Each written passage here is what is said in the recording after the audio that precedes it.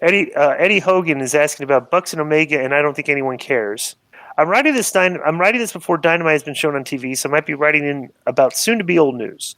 But it's pretty obvious that Kenny Omega and the Young Bucks are heading back to AEW very soon. My big question is, will anyone actually give a flying pig? I'm not saying that Kenny or the Bucks aren't good wrestlers, but for 3 years, the AEW product pretty much revolved around them. With them coming back, and I would assume about to become the main focus on the TV storylines again, isn't this kind of dull?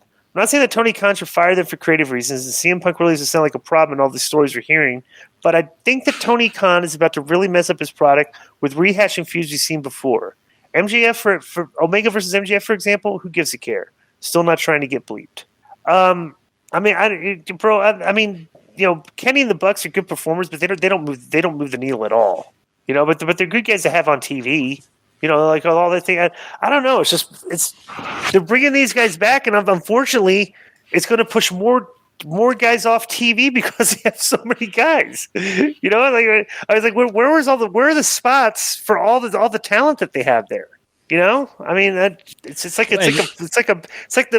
the parking lot's full. When I go to the casino, sometimes you go to South Point. There's like the rodeos in town. It's like literally every single parking lot and the parking deck is full. It's completely packed, and people have to park. You have to park across the street sometimes.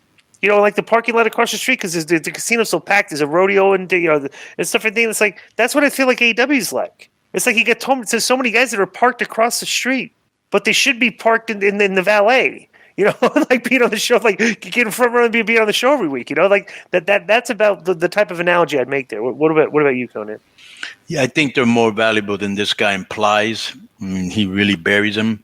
I think lame storylines have killed them more than anything. But if you got the Young Bucks and Omega on your roster, those are definitely talents you want. Let me ask you a question: who would if you're doing a draft? Okay, who do you draft first, the Usos or the Young Bucks? Right now, I'd say the Usos it's funny because, like Konnan said, maybe the Bucks has been devalued a bit because I got to put Konnan on the spot because he works with the Young. Konnan works with the Young Bucks. He doesn't work with the Usos. Sure.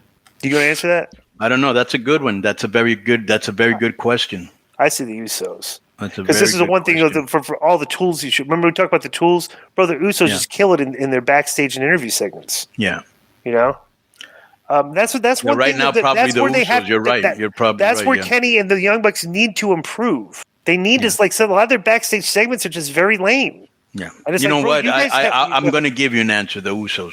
Okay, I think the Usos are the number one tag team just because of the range they have as characters. Obviously so.